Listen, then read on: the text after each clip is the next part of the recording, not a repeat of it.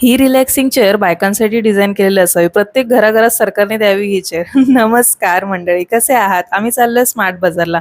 आमच्या घरापासून 5 मिनिटाच्या अंतरावरती आहे. सिद्धू खुश आहे कारण तिला माहिती आहे आपण एसी मध्ये चाललोय. एसी असणाऱ्या ठिकाणी ना ती खूप छान राहते. फक्त तोंड काय बंद नसतं, गाणं चालूच असतं कंटिन्यू. हे स्मार्ट बाजार आरमोल ठाणेला ग्राउंड फ्लोअरलाच आहे. बाकीची बरीच आउटलेट्स आहेत इथे. DIY, fashion, Bata, shoes, walkway, ज्यांची नावही माहीत नाही असे पण ब्रँड्स आहेत. आणि इथे ही गाडी गाडी पण असते लहान मुलांसाठी. आलोय स्मार्ट बाजारमध्ये. इथे बऱ्याच गोष्टी स्वस्त असतात, क्वालिटी पण चांगली असते सगळ्यांची. लूज किराणा तर इथे डीमार्ट पेक्षा छान मिळतो आणि रिझनेबल सुद्धा. आम्हाला काय घ्यायचंय ते फिक्स होतं, पण जरा फेरफटका मारत होतो, काय काय आहे ते बघतोय. क्लिनिंग ब्रश मध्ये इथे छान व्हरायटी आहे. एकूणच सर्व प्लॅस्टिक गोष्टी खूप छान आहेत इथे, चांगल्या आहेत. हे असे जेवणाचे कंटेनर पण होते, लहान मोठी साईज. सिद्धू ट्रॉलीमध्ये बसलेली निरीक्षण चालू होतं तिचं. तेलाच्या कॅनवरती पण ऑफर होती. हे बघा माझ्यावरती ते मॉलमध्ये पण चिडचिड करत आहेत. हे काचेचं सिपर 99ला होतं. क्वालिटी छान होती, जाड होतं. फोडणीचं भांडं 119ला होतं, नॉनस्टिक होतं. ही बॅग बघताय 149ला होती.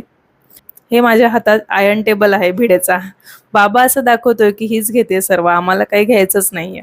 ओला सुका कचरा वेगळा करते. तर ओलासाठी तर माझा आधीचा छोटा डस्टबिन आहे, पण सुकासाठी नाही. तर मोठ्या डस्टबिनला सारखा हात लागतो, म्हणून हा छोटा डस्टबिन घेतला आहे 49 रुपीजला. किचनला मॅच होईल असा कलर आहे. फॅशनमध्ये पण छान व्हरायटी असते. सगळं काही बघून आम्ही आलो व्हेजिटेबल्स फ्रुट्सच्या सेक्शनला. इथे वेगवेगळे फ्रुट्स असतात, त्यांची प्राइस लिहिलेली आहे. संत्र्याचा सीझन चालू झाला. कलर बघा ना किती छान आहे ना. अमूलची ग्रोसरी पण यायला लागली आणि ते पण ऑर्गॅनिक मध्ये, मला माहीतच नव्हतं. बनाना पण होते, बाकीच्या भाज्या. हे सर्व तुम्हाला दाखवते. बाकी मी या सेक्शन मधून काहीच घेतलेलं नाहीये, फक्त एक नारळ घेतलेला आहे. बाकीचं तांदूळ, छोट्या मोठ्या गोष्टी घेऊन निघालोय.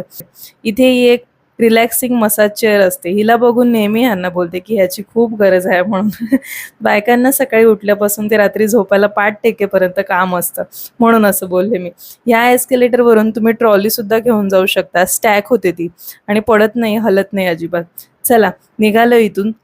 जेवण वगैरे सगळं आवरूनच निघालो होतो, जेवून निघालो होतो. आज सिद्धू माझ्याकडे आणि साहित्य बाबाकडे.